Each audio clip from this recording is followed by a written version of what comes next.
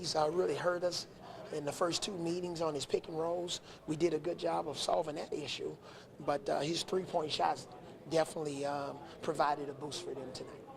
How difficult did it make it just not getting the production from the supporting cast like you had? Yeah, it's tough. And Redden got in foul trouble again, and I tried to bring him back a little bit, and we just didn't have it. And like I said, for us to be successful on offense, we need quite a few guys in double figures, and a lot of the shots that we made on yesterday didn't go in today. And Arthur did a nice job of trying to keep us close. He shot the ball well, but again, I love our guys. The ball just didn't fall today. We had more turnovers than assists, so we reverted back to that situation where we didn't have great ball handling on the floor, especially when Redden wasn't there.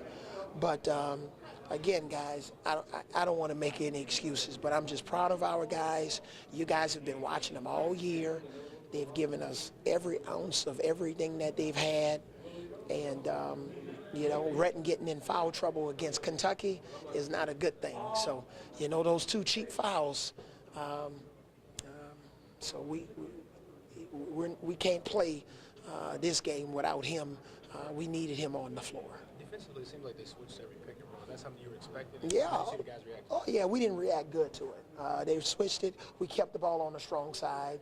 We didn't swing the ball enough. And, sometimes when we just don't have that great mental and physical energy, we just get stagnant. The ball sticks and doesn't swing enough. So we just didn't have it. But, again, guys, give Kentucky credit. They're a very balanced team. Coach Cal's been doing this for a while. He's had a lot of outstanding teams. And they got the best backcourt in the country, okay? The best backcourt in the country, not just in the SEC. They got some big guys in Lee and Poitras inside, and Scal, who knows what they're doing. Briscoe can break the defense down, and they're very confident. And all of those guys have played in big games. A lot of this stuff was new to a lot of our guys. Even guys that were on the team last year, they weren't on the bubble watch, and a lot of them weren't even in a significant part of the rotation. So this was good for us this year. 16-9 about 2 weeks ago, and we were, one of the last 4 in or something, and then things turned on us. And who knows, if we're in this situation again next year, hopefully we'll handle it a lot better. But we'll wait and see, what our situation is, because I know the next question is going to be about postseason. So I beat you to it, huh? So we'll wait and see. We'll learn more on Sunday about where we're going.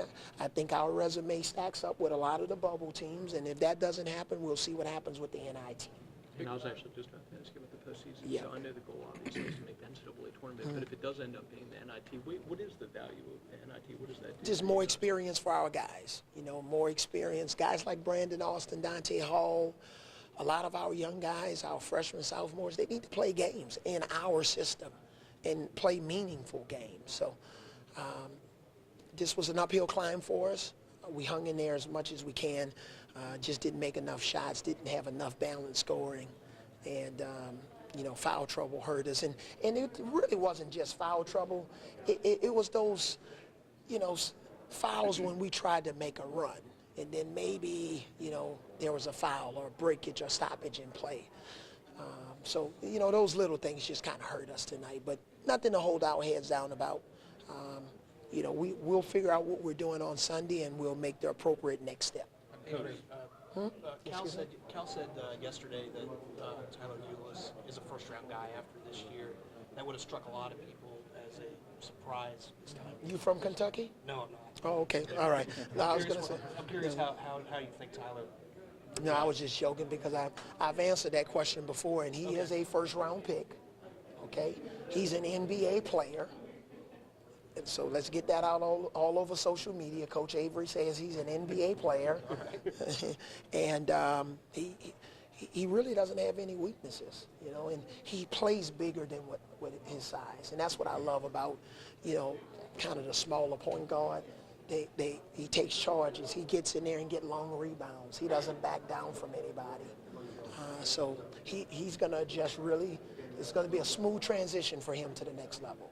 A couple more questions. I know you still got more season to play, but a big big picture question. How do you feel like the program is in terms of? Oh, man, I think we're on the right track.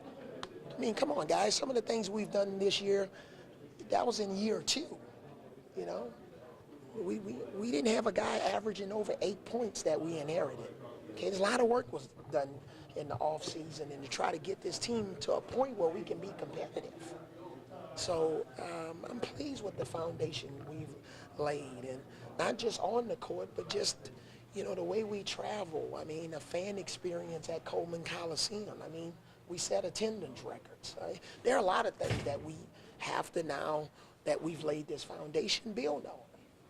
Like I said in my press conference, there are a lot of coaches around the country that are in their 7 and 8 years and 9 years at schools and programs now that didn't get off to the start we've gotten off to. Okay, sometime it was 2, 3, 4 wins, maybe 2 wins in conference. You know, I know we won 8 games in conference, but and we were right there to win 2 or 3 more. Had a couple of things going our way. So I think we've laid a nice foundation. I just think people really went crazy when we, you know, a couple of weeks ago, which is understandable, when I was just trying to tell everybody, hold your horses. We're a team that we have a lot of issues in terms of we need a lot of things to go well for us to be competitive on the floor. And yesterday it did, right? And today it didn't. Coach, when you were hired, you said Duke was the standard that you guys were aiming for, and Kentucky's kind of been held in that same light. Games like this, how much do you use these matchups as teaching tools moving forward for what you are trying to do? Well, you know what? I'm not going to mention another team, especially outside the SEC, because they'll use that as, you know, recruiting tools on their website probably. So I'll just say for our league, Kentucky's been awfully consistent. But at the same time, look at Billy Kennedy, what he's done at Texas A&M in his 5th year. They're about to go to the tournament, and they were patient with him. Nobody was saying fire Billy in the first year, firebilly.com. People were patient, right? And you look at South Carolina. Look at how they've built their team, and they have a few seniors that are contributing nicely to their program. So, again, this is not a sprint. It's a journey. And, you know, whatever happens in the postseason or whatever happens, you know, next year, we just got to keep it moving forward. And then there's going to come a time, right, where we're going to have our window of opportunity.